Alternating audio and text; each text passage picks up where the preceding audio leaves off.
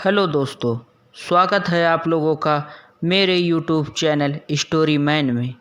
दोस्तों, आज आप लोगों के बीच एक और दिलचस्प कहानी लेके आया हूँ। कैसे एक विधवा औरत पूरे गांव में अपने हौसले से रहती है।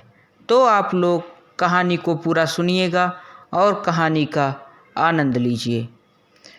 ब्रिजपुर गांव, जहां अब भी परंपराएं आधुनिक सोच से टकराती हैं, यहाँ की गलियों में आज भी विधवाओं को अपशगुन माना जाता है।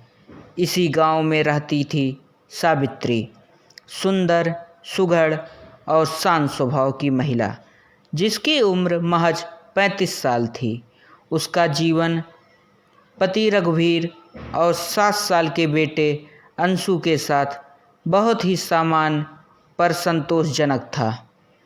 एक दिन रघुवीर शहर से लौटते समय सड़क दुर्घटना में चल बसे। खबर जब गांव पहुंची तो सावित्री पर जैसे आसमान टूट पड़ा। न सिर्फ उसका सहारा छिन गया, बल्कि समाज ने भी उसे तिरस्कार और दया की नज़रों से देखना शुरू कर दिया। सौदाह के बाद गांव की कुछ औरतें उसके गहने उतरवाते हुए बोली, अब तुम्हारे हिस्से में तो सिर्फ सफ़ेद साड़ी है बहन। सावित्री चुप थी। न आंखों में आंसू थे, न होठों पे कोई सवाल, लेकिन मन के भीतर कुछ नया जन्म ले रहा था। पति के जाने के बाद रघुवीर का छोटा खेत ही सावित्री का सहारा था। लोगों ने सलाह दी कि वह मैके चली जाए या बेटे को किसी रिश्तेदार के पास छोड़ दे, लेकिन सावित्री ने ठान लिया था कि वह न तो अपना घर छोड़ेगी न बेटे को। अब वो खेत में खुद हल चलाती, फसल बोती और सब्जियां बेचती। लोग हंसते, ताने देते, देखो रघुवीर की विधवा अब मर्दों का काम कर रही है।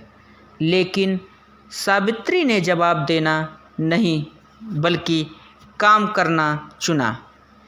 एक दिन गांव में सरकारी अधिकारी आए।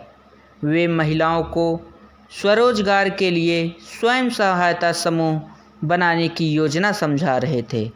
गांव की ज़्यादातर महिलाएं झिझक रही थीं, लेकिन सावित्री ने हिम्मत दिखाई और योजना के लिए पंजीकरण कराया। उसने गांव की 4 और विधवाओं को जोड़ा, कमला, सुमित्रा, रेखा और मंजू। उन्होंने मिलकर नवचेतना महिला समूह बनाया और सिलाई, कढ़ाई, पापड़, अचार जैसे घरेलू उद्योगों की शुरुआत की। धीरे धीरे समूह की कमाई बढ़ी। गांव की लड़कियां भी सावित्री से सिलाई सीखने लगीं। अब वही लोग जो सावित्री को अपशगुन मानते थे, वे अपने बच्चों को उसके पास पढ़ने भेजने लगे। गांव के प्रधान ने स्वयं सहायता समूह के लिए एक छोटा कमरा भी पंचायत भवन में दे दिया। सावित्री ने अपनी मेहनत, आत्मबल और धैर्य से खुद को एक नया जीवन दिया, न सिर्फ अपने लिए बल्कि उन कई विधवाओं के लिए भी जो चुपचाप समाज की दीवारों में कैद थी। अब सावित्री सिर्फ एक विधवा नहीं, बल्कि एक नेत्री थी। गांव में बदलाव की प्रतीक बन चुकी थी। उसका बेटा अंशु स्कूल में अव्वल आने लगा। वह अक्सर कहता, माँ, जब मैं बड़ा हो जाऊंगा तो तुम्हारे जैसे ही सबको बदल दूंगा। सावित्री मुस्कुरा देती, क्योंकि वह जानती थी नई सुबह आ चुकी है। विधवा होना कोई अभिशाप नहीं है। औरत अगर चाहे तो अकेले भी समाज को बदल सकती है। स्वावलंबन और शिक्षा से जीवन को नया मोड़ दिया जा सकता है। समाज की सोच बदलनी चाहिए। सहानुभूति नहीं, सम्मान देना चाहिए। धन्यवाद दोस्तों। आप लोगों को यह कहानी कैसा लगा, कमेंट बॉक्स में ज़रूर बताएं और हमारे चैनल को लाइक, सब्सक्राइब, कमेंट करें।